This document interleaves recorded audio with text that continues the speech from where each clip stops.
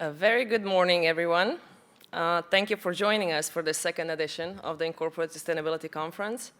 It is my greatest pleasure to be able to welcome you today, despite the fact that it's not going the way I wanted it to, that we would meet in person and discuss and use the space in between the presentations too. But nonetheless, I wish to thank to all the participants and to all the presenters, and I believe we're going to have excellent debate today. This year, the Incorporate Sustainability Conference wanted to go a little bit further than last year. So while last year we started with the topics that were rather developed already, so sustainable corporate governance, then green public procurement, then the changes that are happening right now regarding sustainability in the higher education, this year, of course, we wanted to ambitiously go a step further. So we started to tackle kind of the further field, the bit broader field of business law and sustainability in business law, all still informed by the policy coherence for sustainability. So trying to find the right way how to achieve the goals of Paris Agreement, how to achieve the EU Green Deal goals through a broader policy coherence in the field of business particularly, but not exclusively. So this year, we're going to be able to enjoy 3 very diverse days.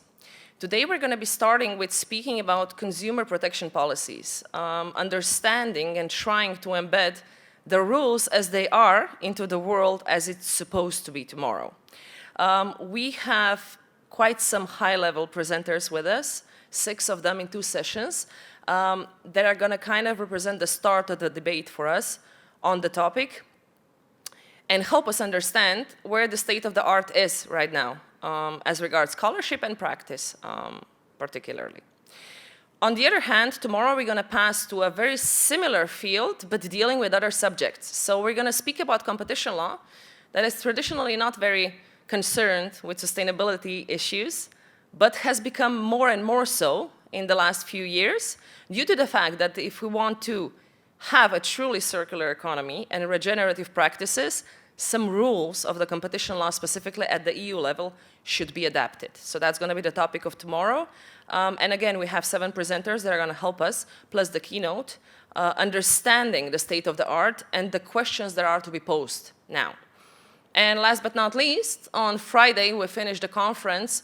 We basically started with an excellent keynote by Alex Edmans, who is basically one of the leading authorities in the field of sustainable finance, speaking about what finance has with sustainability and the sustainability transition.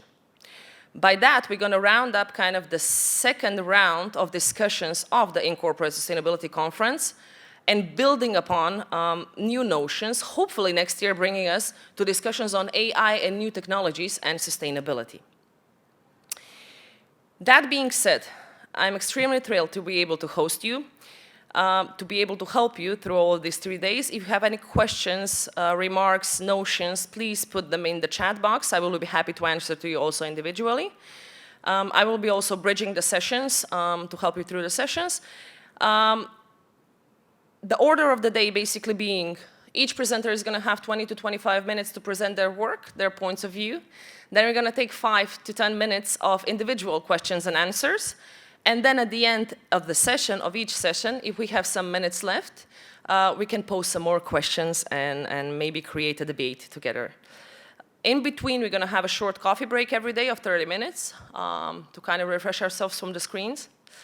And like I told you, you're very welcome to reach out at any point if you need any kind of guidance or an opinion or an answer.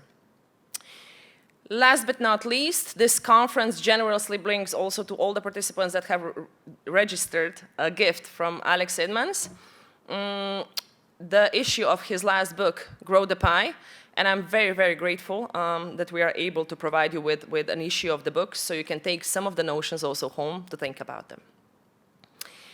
From my side, for the opening, this is all. We are going to be hosting and hearing right now from the Commissioner for Justice, Didier Reynders too. And then I will open the floor for the first session and the presenters that are in it.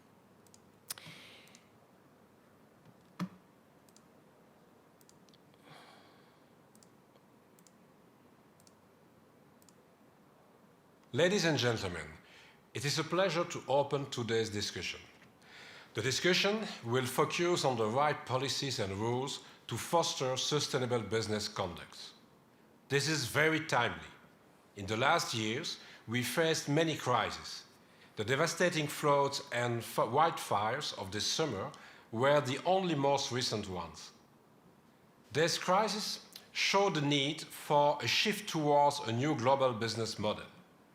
A model that is more equal, more just, more resilient, and more sustainable. Private actors, such as companies, as well as public ones, must work together to achieve such shift. The European Commission is working on a proposal for common EU rules on corporate due diligence and sustainable corporate governance more broadly. The Commission identified at least 4 areas where company law does not sufficiently support sustainable corporate behavior. First, existing due diligence and responsible business standards like the UN Guiding Principles on Business and Human Rights and the OECD framework are only voluntary. The voluntary approach by businesses does not sufficiently address the negative impact of globalized business activities. National law or court judgments are emerging and are imposing mandatory requirements on companies. However, EU legislation seems necessary to clarify the duties of companies on the one hand and to ensure a level playing field across the Union on the other hand. EU legislation will also provide greater legal certainty. Second, company law lags behind the emergence of global value chains. We are now seeing the regulation of corporate groups based on ownership control, which means a company also has responsibilities when it is as part of the capital of another one. In practice, similar control can apply to control structures and global value chains based on contracts, but they are not regulated.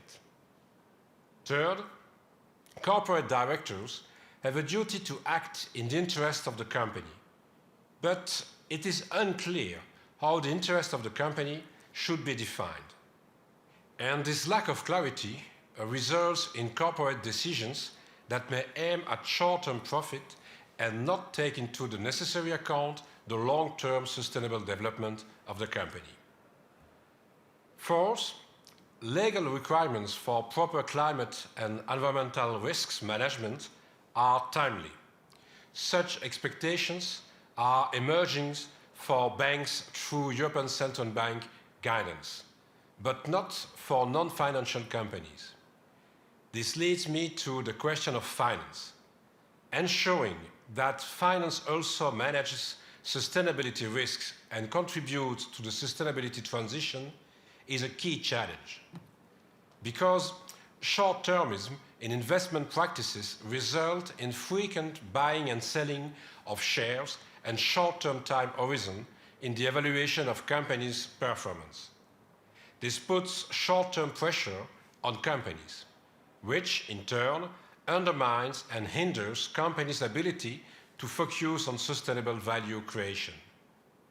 The challenge, therefore, is to properly align long-term interest in the investment chain and properly identify and mitigate the impact on human rights and the environment in banking and investment. As for consumer law, the challenge is to unlock the consumption potential by empowering, supporting, and enabling consumers for the green transition.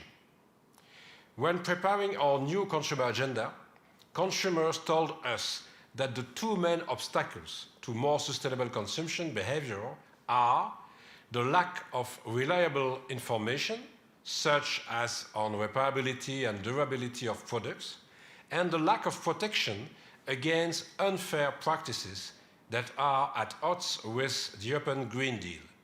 For example, planned obsolescence and greenwashing. Initiatives under the new consumer agenda will empower consumers to make sustainable choices and ensure that their rights will be protected in all circumstances. European companies and consumers are at the core of global change. Their actions can make a huge difference. So I'm committed to ensuring they play a role in transforming Europe towards a sustainable, climate neutral, competitive and inclusive economy and society.